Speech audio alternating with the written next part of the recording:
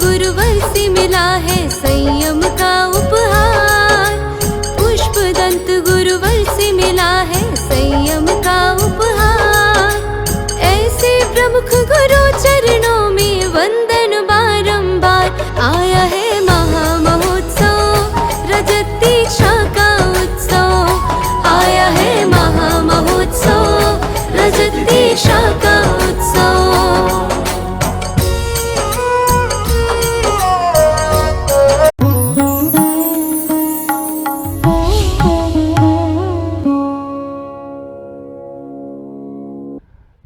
आचार्यों की बात को पंडित दौलत राम जी ने छहडाला के अंतर्गत कहा।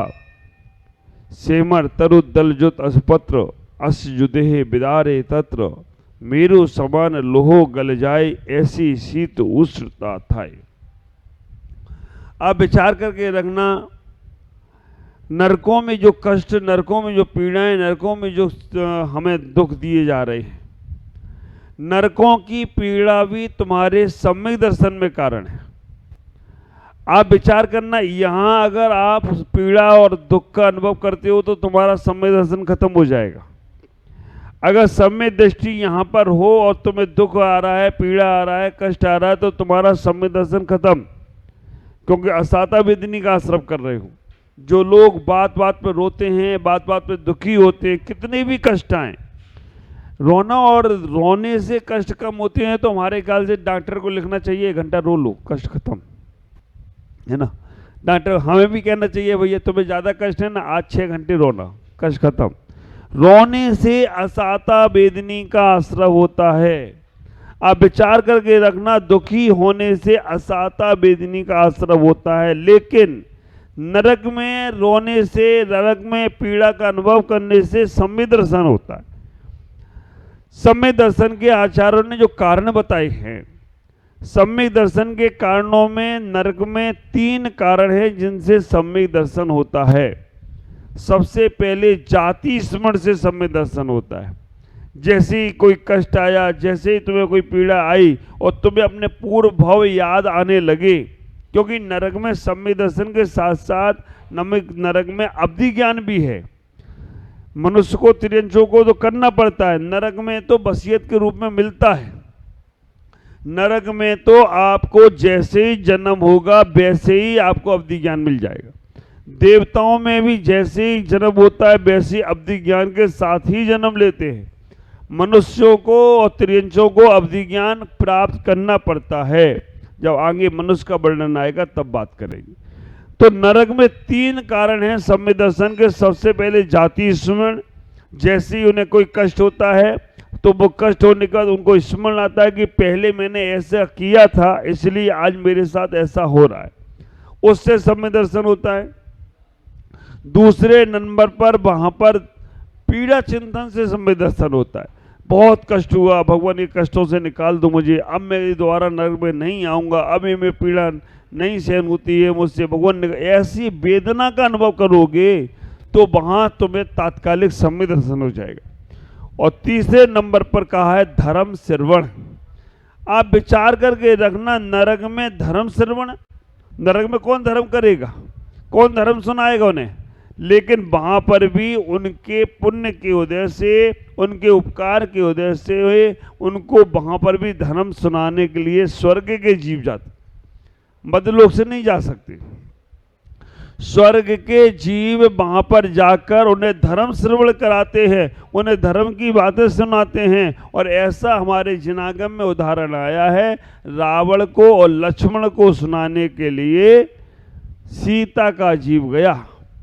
आप विचार करके रखना, आप अगर पद्म पुराण पढ़ो तो हकीकत में मालूम पड़ेगा रावण का संबंध और सीता का संबंध एक जन्म का नहीं है, कई जन्मों से रावण और सीता का संबंध है। जब वहाँ पर स्वयंवर होता है तो रावण भी पहुँचता है और राम भी पहुँचता है। हर बार राम बाजी मार जाते हैं, हर भव में राम बाजी मार गई, लेकिन फिर भी रावण छोड़ा नहीं और सीता भी नहीं छोड़ी। सीता ने कहा, अब जैसे कभी होता है ना, बोलियाँ बोली जा रही हैं, छोटी बोली बोल बोल के वो छोटे वाला रह जाता है, बड़ी बोली वाला ले जाता है।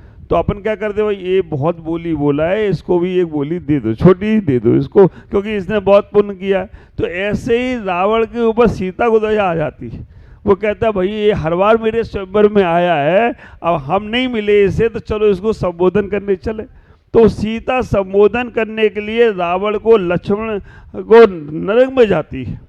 तो आप विचार करके रखना, इसका फल, इसका प्रभाव ये होगा कि आगे आने वाले समय में जब रावण तीर्थंकर होगा तो वो सीता उनकी गर्दन होगी। आप विचार करना, रावण जब तीर्थंकर बनेगा तो सीता उनकी गर्दन भी होगी और गर्दन से पार हो जाएगी। तो नरक में हमारा जो देशना है वो सम्यक दर्शन में कारण है। नरक में जिन बिंब नहीं है, नरक में चैतालय है क्या? देखो, नरक में चैतालय हैं लेकिन खर भाग और पंग भाग में है, अब्बुल भाग में नहीं है। नरक में भवनवासी और व्यंतरवासी देवों के जो भवन है ना, सारे भवनों में चैतालय है। अब आप विचार करना, नरक कहाँ है? नीचे, हम लोग ऊपर चल रहे हैं, तो चैतालों में पैर पड़ रहा है कि नहीं पड़ रहा है? क्या नहीं पड़ेगा। स्वर्ग में भगवान है, स्वर्ग में विमान है, और स्वर्ग में विमानों में भगवान रहते हैं। स्वर्ग में सूर्य चंद्रमा में तारे में, तो उनके ऊपर जो इंद्र हैं, तो अकृत्रिम चैतालय नीचे जो हैं उनमें पैर पड़ रहे क्या? नहीं पड़ेंगे। क्यों? कारण क्या है? जहाँ भवनवासी, जहाँ पर मध्यलोक है, जहाँ पर जो रहते जीव हैं उससे हटकर उनके भवन है। स्वर्ग में सूर्य और चंद्रमा जो दिख रहे हैं ये मध्यलोक में हमसे हटकर है। यहाँ पर जहाँ हम लोग हैं वहाँ नहीं है, वहाँ से हटकर बहुत हजारों सुमेरु पर्वत से 1121 योजन दूर सुमेरु पर्वत से सूर्य और चंद्रमा है। तो हमारे पैर उन पे नहीं पड़ेंगे क्योंकि भवन उनके बहुत अलग हैं, लेकिन वहाँ पर भी चैतालय हैं। तो आप विचार करके रखना, नरकों में सम्यक दर्शन पीड़ा चिंतन से होता है, लेकिन यहाँ नहीं हो सकता है। ख्याल करो, अगर मुनिराज आहार पे आए और आपकी आंखों में आंसू आ जाएं तो मुनि का अंतराय है, रोने से अंतराय है। लेकिन हमें तो कई बार आश्चर्य लगता है कि भगवान महावीर आहार पे निकले और सीता रोई तो ही पड़ गए वो। अब तुम कहो सीता रोई थी तो हम भी रो ले तो पड़क जाए, तो महाराज कहेंगे बहुत दुखी है भैया, निकलो यहाँ से, इसके बाद नहीं पड़कना। तो चीज कहाँ कौन सी लगाना है वो लगाना, नहीं तो तुमको सीता पड़ गई थी तो हम भी रो के पड़ जाएंगे, नहीं। हाँ, खुशी के आंसू कभी आ जाए तो बात अलग है। तो हमें इतना ही विचार करके रखना है, नरकों में जब आदमी नदियों से बचता है, बैतरणी से बचता है, तो वो सोचता है कि चलो कहीं आराम कर ले। आराम करने के लिए पेड़ों के नीचे बैठता है, और पेड़ के नीचे जैसे ही बैठता है तो एक पत्ता गिरता है ऊपर से, हाथ पे गिरा हाथ कट के अलग, पैर पे गिरा पैर कट के अलग, सर पे गिरा सर खुल जाता है, सारा शरीर छिन्न भिन्न, क्योंकि तलवार से भी ज्यादा पैनी धार उन पत्तों की है। और आपका शरीर भिन्न छिन्न होने के बाद भी आप उसमें जुड़ जाते हो, क्योंकि पारा की समतल शरीर होता है ना। कई बार ऐसा हमारे घरों में, परिवारों में होता है, थोड़ा सा मन मुटाव हुआ हम बिखर गए, लेकिन थोड़ा सा मन मिल गया तो फिर हम जुड़ गए। तो ऐसा जो तुम्हारा परिवारों में होता है, समाजों में होता है, संघों में होता है, देश में, राष्ट्र में होता है, जैसे ही कहीं कोई बात अनुकूल नहीं हुई तो हम लोग बिखर जाते हैं, टूट जाते हैं, इधर उधर चले जाते हैं। लेकिन जैसे अनुकूलताएं मिलने लगती हैं तो हम लोग जुड़ जाते हैं। ऐसा ही है, नरक में जैसे ही पत्ते आदि गिरे तो हम छिन्न भिन्न हो गए, लेकिन फिर जैसे ही पारा की तरफ फिर मिल गए। अब ये होता क्यों है? नरकों में तुम्हें पेड़ों के सेमर तरु, क्या बोल रहे? सेमर तरु, सेमर नाम का वृक्ष है, तरु माने वृक्ष, दल माने पत्ते, जुत पत्ते दल से युक्त, 80 पत्र तलवार से पहने होते हैं। 80 जो देह बिदारे तत्र, और जैसे तलवार शरीर को काटती है वैसे ही वहां पर वो पत्ते छिन्न भिन्न कर देते हैं। सब्जी बनाते हुए अगर चाकू लग जाए तो हमारा सब्जी बनाना दुखदायी हो जाता है, सुई छुप जाए तो कष्ट हो जाता है, कांटा लग जाए तो तनिक सी फांस मन को साले। जो आतंकवादी होते हैं, आतताई होते हैं, वो पूरी सर धड़ अलग कर देते हैं। तो ऐसे कष्ट यहाँ छोटे छोटे से होते हैं। इससे बड़े कष्टों को हमने नरकों में सहन किया है, और एक बार नहीं अनंत बार सहन किया। रोज काटा पाई। क्या होती है शक्ति? प्रैक्टिस। प्रैक्टिस नहीं, आप विचार करना, कष्ट तो बहुत होता है, प्रैक्टिस नहीं, उनको पीड़ाएं बहुत हैं, दुख बहुत है। और आप विचार करो, पहले नरक में 1 सागर तक, 7वें नरक में 33 सागर तक इन कष्टों को उठाते रहे। हुआ क्यों? आप लोग उसको अन्यथा नहीं लेना। आप लोग घर में वृक्ष लगा लेते हो, घर में गार्डन मेंटेन करते हो, पेड़ पौधे लगा लेते हो, हरी पत्तियां लगा लेते हो, सब्जी अगली लगा लेते हो। घर में जो गार्डन मेंटेन कर रहे हो ना, उन पत्तों को काट रहे हो, उन पेड़ों को जला रहे हो, उन पेड़ों को उखड़वा रहे हो। तो आप विचार करना, यहाँ उखड़वाए थे पेड़, वहां पर वो पेड़ तब सेमर तरु बन के तुम्हारे ऊपर ही गिरेंगे। घास पे चल रही हो, आप विचार करके रखना, घास पे चल रही हो। ये जितनी वनस्पति की हिंसाएं, तुम्हारा त्याग नहीं है, तुम्हारा त्याग नहीं है, लेकिन आवश्यकता से अधिक करने के लिए तुम्हें कहा भी नहीं गया। अब जैसे भी है, आवश्यकता से अधिक नहीं होना चाहिए, हमें उसका क्षम हो जाएगा। 2 प्रकार के पाप हैं, 2 प्रकार के पाप हैं, एक क्षम्य है और एक अक्षम्य है। हम श्वास लेते हैं, इसमें भी जीवों का मरण होता है। इसी कारण से शतमत समाज में साधु लोग मुंह पे पट्टी रखते हैं। आप विचार करके रखना, हम श्वास लेते हैं तो उसमें भी जीवों का हनन होता है।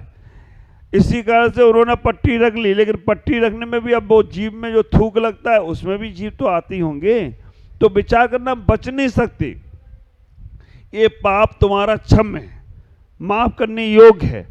श्वास में भी जीव मरण होगी। एक इंद्री के हरी फूल फल सब्जियों के बिना हमारा जीवन नहीं चलेगा। हम बिना एक इंद्री के हिंसा के ना श्वास ले पा रहे हैं, ना पानी पी पा रहे हैं, ना भोजन कर पा रहे हैं। ये सब एक इंद्री की हिंसा का ही है। लेकिन ये सब क्षम्य है कि जितना हमसे नहीं हो सकता त्याग, त्याग करेंगे तो कल से श्वास लेना बंद कर दो, कल से अभी से लेना बंद कर दो, काम हो जाएगा सीधा एक ही साथ में। तो विचार करना, ये अक्षम्य है कि हमें इसको क्षम्य है तो हम क्षमा के योग्य है। लेकिन जो वनस्पतियां जिसमें ज्यादा जीव हिंसा है, उनका तो त्याग कर सकते हो, उनको भी ले रहे हो, तो तुम्हारा ये पाप कटेगा नहीं। और आप विचार करना, एक बार चिंतन मनन करो, जो तुम्हारी सब्जी जमी कर, कल की शाम को भैया वृत्ति बता रहे थे, महाराज मोदी जी ने कहा ये जैन आलू आया है। हमने कहा है, मोदी जी ने कहा ये जैन आलू है। उनसे कहा, किसी ने आलू दिखाया, उन्होंने कहा ये आलू कहाँ आता है, उन्हें ये पेड़ पे उगता है, पेड़ पे आलू उगता है। तो पेड़ पे उगने वाला, तो उन्हें अच्छा ये जैन आलू है। जमीन के अंदर हो तो वो जैन नहीं खा सकते, लेकिन पेड़ पे उगने वाले तो आलू खा सकते। अब पता नहीं कौन सा प्रोसीजर है जैन आलू का। हाँ मीना बहन, ये नहीं सोचना जैन आलू है तो चौके में बना लो। हाँ, नहीं तुम बड़े ध्यान से सुन रहे हो कि महाराज पेड़ के ऊपर उगाए यार। तो आप विचार करना, आलू शब्द ही खतरनाक है। तो इसलिए हम उसमें हिंसा का दोष बहुत है। छोटी छोटी लौकी, छोटी छोटी भिंडी, या ऐसे जो जमी कंद, गाजर है ना। अब कई लोग तो इतने होशियार है, मूली नहीं खाएंगे, मूली के पत्ते खा जाएंगे, क्योंकि मूली के ऊपर आती है पत्ते, मूली तो नीचे ही है। प्याज नहीं खाएंगे, प्याज के ऊपर जो है ना, आप प्याज के ऊपर के पत्ते खाओ, उनमें भी खुशबू वही आएगी प्याज की, और खा के देख लो आप विचार करना, मूली के पत्ते खाओ तो खुशबू आती कि नहीं आती, लेकिन इन्हें खाना है वो फली के रूप में खा जाते हैं। अरे मूली से तो जुड़े हैं। हाँ, तो ऊपर के वाले खा जाते हैं, खाते हैं। दोष हमको तो दोष ही लगता है, अब जिनको खाना है उनको दोष नहीं लगता होगा, हमें तो दोष ही लगता है। लेकिन एक विचार करना, जब हाँ वैसे नहीं खाना चाहिए, क्योंकि वो उससे जुड़े हुए हैं, इसलिए वो तो हैं ही हैं। अब आप विचार करना, अब जमी के अंदर मूंगफली है, तर्क नहीं चलेगा, मूंगफली छिलके के अंदर है तो मूंगफली खा सकते हैं, वो भी जमी के अंदर आती है। जमीन के अंदर अदरक है, हल्दी है, उनको सुखा के खा सकते हैं, उनमें हिंसा का दोष नहीं लगेगा। लेकिन तुम कहो कि हल्दी को सुखा के खा सकते हैं, अदरक को सुखा के खा सकते हैं, तो आलू को भी सुखा के खा ले, है ना। बुद्धि तो बुद्धि है, आलू सूखेगा नहीं, आलू अगर सुखाने रखो तो सड़ेगा, आलू को सुखाने के लिए पहले उबालना पड़ेगा तब सूखेगा, हल्दी ऐसे ही सूख जाएगी। तो हमें इतना ही विचार करना है, जो यहाँ वनस्पति की हिंसा, तीव्र हिंसा हमारे माध्यम से हो रही है, वो सब सेमर तरु के नीचे निकल जाएगी। वहाँ वृक्षों के नीचे जब बैठोगे तब वहाँ पर जाकर तुम्हारे साथ वैसा ही होगा कि यहाँ पर तुमने, कई लोग जंगल ले लेते हैं, जंगल खरीद लेते हैं, कटवा देते हैं जंगल के जंगल। कई लोग घर मकान बनवाने में पेड़ पौधों को, वृक्षों को कटवा देते हैं, लेकिन अब ना कटाए तो क्या, फिर हम जंगल में रहें, पेड़ों के बीच में घर बनाएं? नहीं, उसका तरीका है। देखो, ये सारे तरीके अगर आपको मालूम पड़ जाएंगे तो आपको हिंसा भी का दोष नहीं लगेगा और उसका समाधान भी होगा। नीतिकारों ने, ज्ञानियों ने, विद्वानों ने कहा है, अगर तुम्हारे घर में या जगह पे वृक्ष हैं तो उनकी पूजा करो। पूजा करने के बाद आवाहन करो इस वृक्ष का। पूजा का मतलब यशद्रव्य की सामग्री लेकर स्वास्थ्य नहीं करना, आवाहन करो कि इस वृक्ष के जो भी देवी देवता हैं, रक्षक देवी देवता हैं, इसमें जो जीव है, हमें आपको यहाँ से स्थानांतरण करा रहे हैं, अब वहाँ विराजमान हों। आजकल तो ऐसी मशीनें आ गई हैं कि पूरे वृक्ष को जड़ सहित निकालकर दूसरी जगह गड्ढा बनाकर डाल देते हैं। अगर ऐसा कर लो तो तुम्हारा भी कल्याण और उनका भी कल्याण। नहीं कर पाओ, किसी कारण से मजबूरी में काटना पड़ रहा है आपको, तो आप विचार करना, 100 पेड़ लगाने का संकल्प करिएगा, 100 वृक्ष लगाने का संकल्प करिएगा, तब अपने घर के उन वृक्षों को, उन पेड़ों को काटने का प्रयास करो। हम ज़्यादा शोबाजी के चक्कर में, हम फैशन के चक्कर में, या घर को मेंटेन गार्डन बनाने के चक्कर में इन हिंसाओं से बचने का जरूर प्रयास करें, तभी तुम्हारा नरक में वो कष्ट से तुम बच सकोगे। नहीं तो तुम्हारे शरीर को जीर्ण शीर्ण किया जाएगा, बाद में फिर जुड़ेगा। ऐसे हजारों बार, लाखों बार मरण करोगे और जियोगे तो आपको ये कष्ट उठाना पड़ेगा कि आपका जीवन मंगल में हो।